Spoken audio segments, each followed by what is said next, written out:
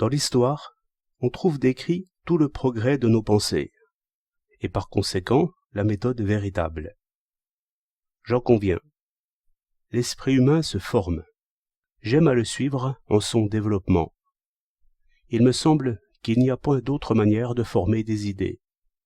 Mais il faut aussi que l'enfance de l'idée reste en l'idée, comme un sang et une vie, comme l'enfant doit se retrouver dans l'homme, tout entier dans l'homme, aucun des premiers rêves n'étant oublié, ni méprisé, tous au contraire réalisés, déployés en toute leur richesse.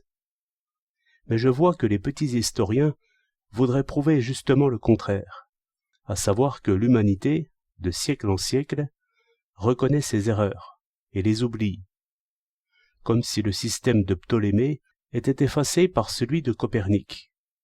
Mais il n'est point effacé, réalisé au contraire. Quand les anciens voulaient que les astres décrivissent des cercles, ils étaient dans le bon chemin, et nous, avec l'ellipse, dans un chemin meilleur, mais c'est le même. Comme ellipse est fille de cercle, ainsi l'observation qui fit voir que le trajet de l'astre n'était pas un cercle ne put se faire que par rapport au cercle supposé. Et la perturbation, aujourd'hui, ne peut être observée que par rapport à l'ellipse supposée. De la même manière, on ne peut, aujourd'hui encore, s'approcher de l'astronomie que si on observe d'abord les apparences, en les rapportant au pôle, à l'équateur, au méridien, à l'horizon, comme firent les premiers astronomes. Qui apprend d'abord le système de Copernic, il ne sait rien. Il n'a pas suivi la route humaine.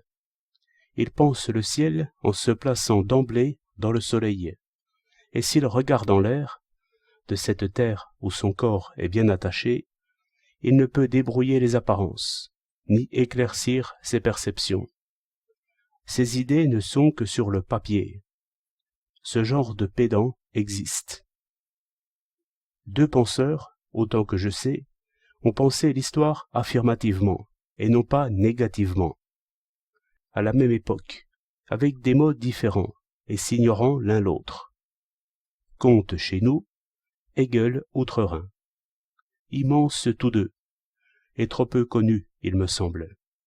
Et toutes les fois que par entraînement je viens à préférer l'un, l'autre me ramène à lui, de façon qu'il faut que j'arrive à penser qu'ils disent la même chose. Et chacun d'eux s'évertue à montrer que Ptolémée et Copernic développent la même pensée.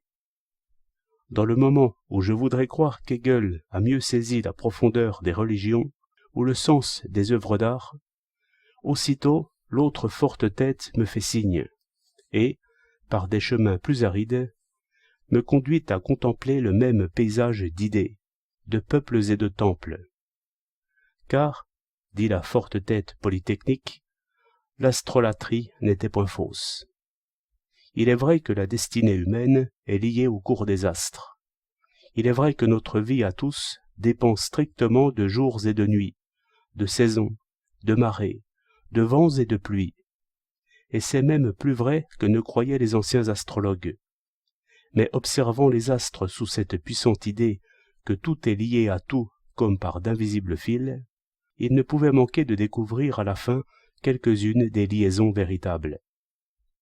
Ainsi, le mouvement de prier vers le ciel et de chercher secret, lumière, puissance et paix de ce côté-là d'abord, était un mouvement juste.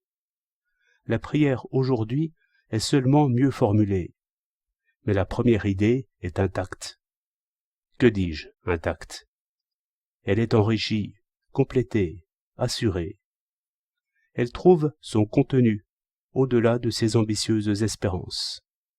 Et l'idée, à mesure qu'elle saisit, devient plus forte pour saisir. Forte nourriture, élaborée par l'espèce, bonne pour l'individu, seule convenable à son vrai développement. Ces bons esprits qui s'égarent à dire que l'ancienne physique est par terre, et que la géométrie d'Euclide a vécu, je les convie à la table des dieux. Hydromel et Ambroisie.